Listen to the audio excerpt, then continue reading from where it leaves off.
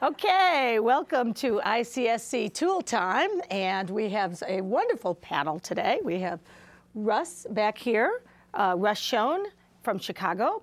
We have Roger Firestein from Williamsville. We have Mike Fox from Military Road, and I'm Susan Keller-Mathers, and this is CRS 670 class and some of our alumni. So welcome to all of our discussion members today.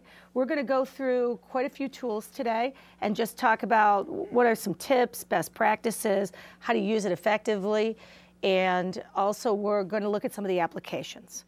The tool we want to focus on now is highlighting. And highlighting is a convergent tool.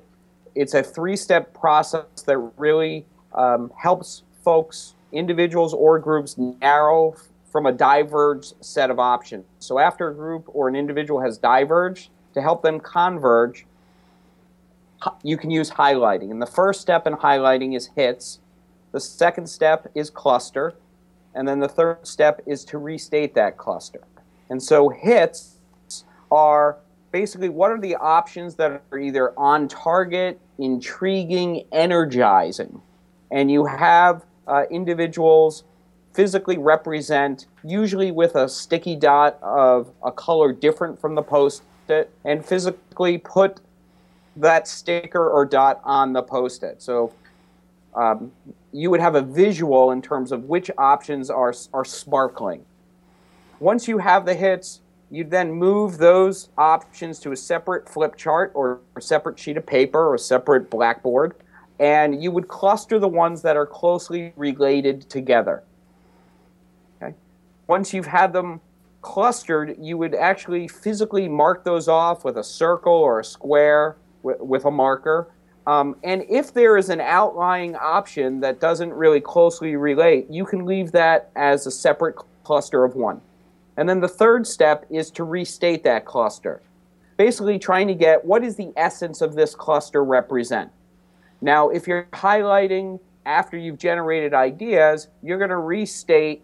Your restatement, we'd encourage you to use some verb with the noun or action. So if, for example, you were coming up what might be all the ways we could raise money or fundraise, and you had a cluster around doing a bake sale, instead of restating it as just bake sale, we would say set up a bake sale, or create.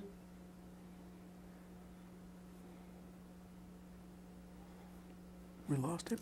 Okay. Bake sales on a monthly basis. So you want some sort of action. Now you can also use highlighting in different parts of the process. So for example, you can also use highlighting when you're converging on problem statements. And so you would hit the problem statements, you'd cluster, and then your restatement, instead of starting with a verb. Oops. So restate. How to, how might, in what ways might. Great convergent tool, should be in every facilitator's toolbox.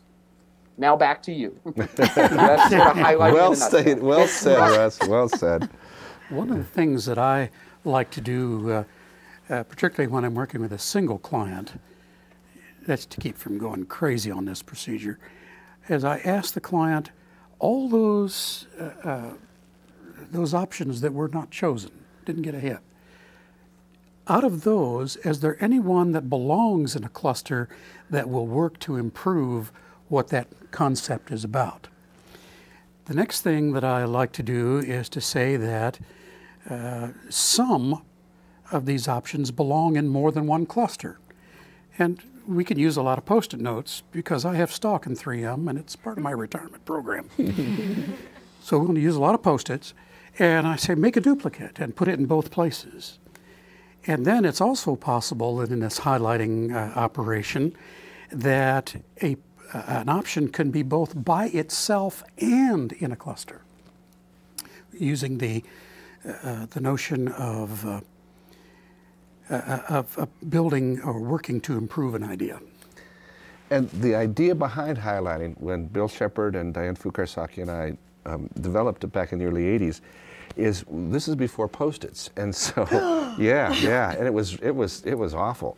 It was awful. The numbering? Yeah, and so what we did was crayons. Oh, it was yeah. So and where it came from is we'd be working with these clients, and they'd have all these great ideas, and I would facilitate. I would be facilitating, and I say, "Okay, Val, pick one." And the client, exactly. That's the look. They go, "Oh my God!" And so that didn't work, and so we struggled with it, and then what we eventually developed was we had a numbering system, and then first they did essentially the same thing, go through, mark the ideas or the challenge statements, the problem statements that look good to you, they'd mark those. Then which of these numbers go together, so they'd put the numbers together, then they'd look at those numbers and then they'd restate that cluster with the numbers. And when Post-its came, hallelujah, because this was the best thing. Brainstorming and highlighting are the ones that just benefited the most. Huge difference. Yeah. So and it's just it was really hard work to do that. And so now, as Michael said, you can move them around, you can add to them. Oh, that doesn't fit here. You know, when we did the demonstration earlier, Donna, you said, I want to move that here. I want to move that here. Well, you couldn't do that before. You had to like add to it, something like that. So, yeah, it was pretty messy. Thank goodness for Post-its. Yeah. I'll tell you a story. I was working for a client here locally, an industrial firm. We went through the diverge, converge, all the way through hits, clustering, and restatement, and prioritized the ones that they wanted. And then I said, out of all those options that are left on the board that were not hit, I said, which ones would your competition like to see? And they picked some, and they clustered and restated them. And then kept them secret, I suspect. That's what you did. Yeah. Great. That was a complete surprise. I wasn't expecting that. And back to what Sue said earlier, you know, once you know the technique, you can vary it. You can play around with it a little bit. You're playing music, you know, you're improvising. Let's see what this goes. Yeah. As long as you're not doing it just because you're bored. Right. I mean, do it for the right reason. Do it because you think it's going to do something for what the statement is and who the client is or whatever, wherever you are in the process. It seems that if you vary it in that way, it's going to be more effective. So, you know, the rule of thumb is most of the time we do these things, we do it just like they are stated. Yeah. Except at a recent retreat, when we liked all of our options and we didn't do any hits, we just clustered them. But no, I mean, the thing is, and then what we drill into you guys is we've spent a lot of time phrasing these things that way, getting the wording just right. Yeah. And as you know, the more you facilitate, the less you have to say. So if you see one of us facilitating, we're not saying much because we just know the right question to ask, and zing, there it goes. And so, but that's taken a lot of time, a lot of practice, and a lot of really working that out. So when I'm in a session and say, use the phrase, what ideas do you get for this picture, there's a reason for it, because all the other stuff we tried didn't work. So, and it's very specific language to get what you want, especially, and you all know this, when you start working with an untrained group, you work with a trained group, you can mess it up all you want, and they do what you want them to do. First time you work with them. Because they know what you want them to do. Right, before you even said it, they knew what was happening next. Sometimes they tell you what's happening next. You have to tell them, stop facilitating. What I was say about highlighting is that the first time I facilitated outside of the creative bubble, and everyone, you just intuitively know, like, I'm not going to pick everything. I'm like, here's some dots, hit them. And she's like, pat, pat. And she was going, I was like, oh my God, she's picking every single one. And I was like, do I say, stop? No, you can't do, you know, and just learning how to finesse that and making sure the client knows the rules. And that's where you have to be really explicit what ideas in this case are interesting, intriguing, workable, might solve the problem, is a lead for you. And because some of them will want to hit them all depending on their particular style. I mean, you know, Myers-Briggs peas up there, they're going to take everything. They're going to take it all. Oh, they're all together. And you're like going, oh my God, let me get out of here. Yeah, I'm going to be here till Thursday. Well, you know, we limit the dots too. I mean, you can I usually don't with the client. I know you don't. Yeah, I do. Well, okay. Well, we'll have a debate now. Yes, we will. How about you, Mike? You moderate. I'd like to add one of the things that I do.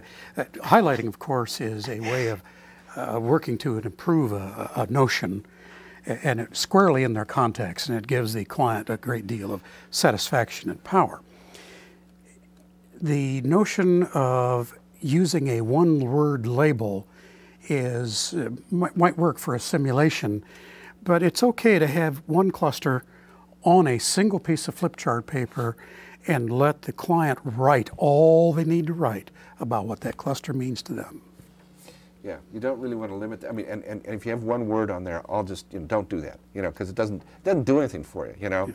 Book. What do you mean book? Write a book. Get a book. You're not going to remember the I don't essence. remember anyway. Yeah. But to your point, as far as limiting dots, when I have group clientship, I do limit dots. Okay. But individually, I usually don't. That's a good point. Yeah. All right, I'll give you that. Well, thank you. Russ, this is highlighting. Finish us off. Yeah.